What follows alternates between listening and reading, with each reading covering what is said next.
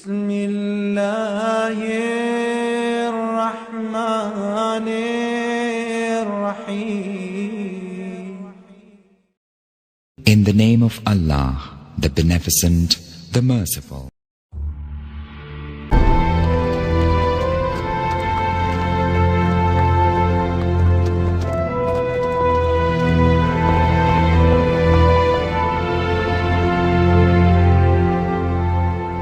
دنیا کا کام بڑا نرالا ہے.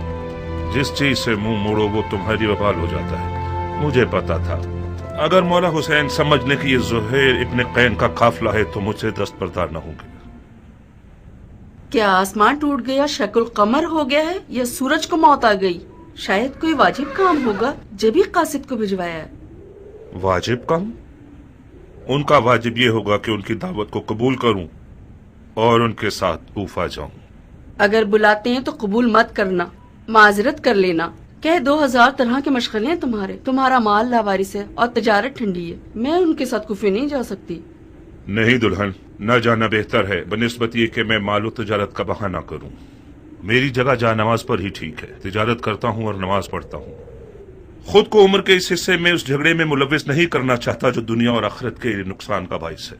زہیر، فرزند رسول نے تمہیں بلایا ہے. خدا کی قسم نہ جا کر تم اپنے آپ پہ ظلم کر رہے ہو. دلہن، میں اسی دن سے اپنی تلوار کو الوداع کہہ چکا ہوں جس دن امت رسول میں فتنہ شروع ہوا. قسم کھائی ہے کہ جب تک مسلمان کے سامنے کھڑا ہے میری تلوار نیام میں ہی رہے گی. میں اپنی تلوار سے کیے ہوئے عہد کو توڑ نہیں سکتا. مولا حسین کے ساتھ ہو جانا یعنی اس جنگ میں کود جانا جس کا خدا ہی جانتا ہے کیسا برا انجام ہے. تم ایک ہی بات کو لیے ہوئے کیوں بیٹھے ہو زہیر؟ کس نے کہا اپنی تلوار سے کیے ہوئے عہد کو توڑ دو؟ کس نے کہا کہ مولا حسین کے ساتھ کوفے چلے جاؤ؟ یہ بے ادبی کے فرزند رسول کے بلاوے کو ٹھکرا دو اور ان کی بات سننا تک گوارا نہ کرو. کہیں ڈر تو نہیں گئے ہو؟ کس چیز سے ڈروں گا؟ مجھے کیا پتا. یہ سارے بہانے ڈر کی نشانی ہیں. تمہیں مولا حسین کا تم سے جان مانگنے کا ڈر ہے یا مال مانگنے کا خوف؟ اپنی عزت کی فکر کرو زہیر. جب لوگ سنیں گے کہ مولا حسین نے زہیر کو بلایا تھا اور زہیر نہیں گیا تو لوگ تمہیں کمزور دل اور ڈرپوک کہیں گے. کل سے تمام زبانوں اور محفلوں کا ورد بن جاؤ گے تم. آج کے بعد اگر کسی ڈرپوک کی مثال دینا چاہیں گے تو چوہے کی جگہ زہیر ابن قین کی مثال دیں گے.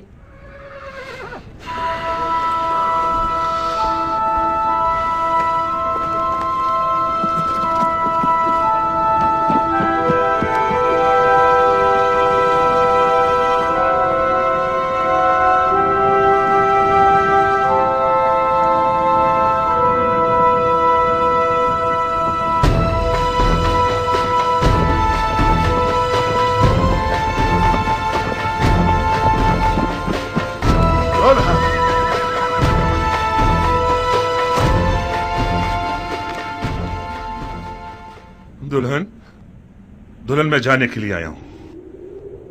اس تلخی کے ساتھ جانا اور اس مٹھاس کے ساتھ آنا کیا ہوا زہیر؟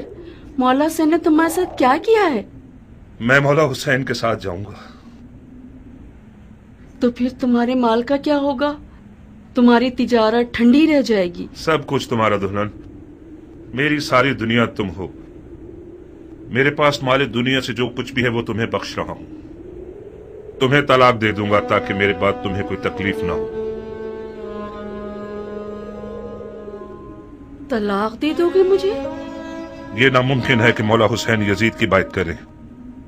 مجھے خبر ملی ہے کہ ابن زیاد مولا حسین کے قتل پر مامور ہے اور اس کے بدلے میں بہت کچھ پائے گا.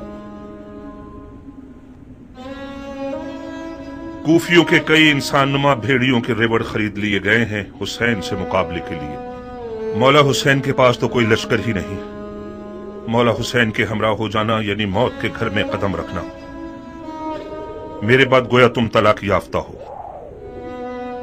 کیا ہی اچھا ہوگا کہ ابھی طلاق لے لو. جاؤ دلہن جاؤ، اپنے بچوں اور ماں کی خبر لو.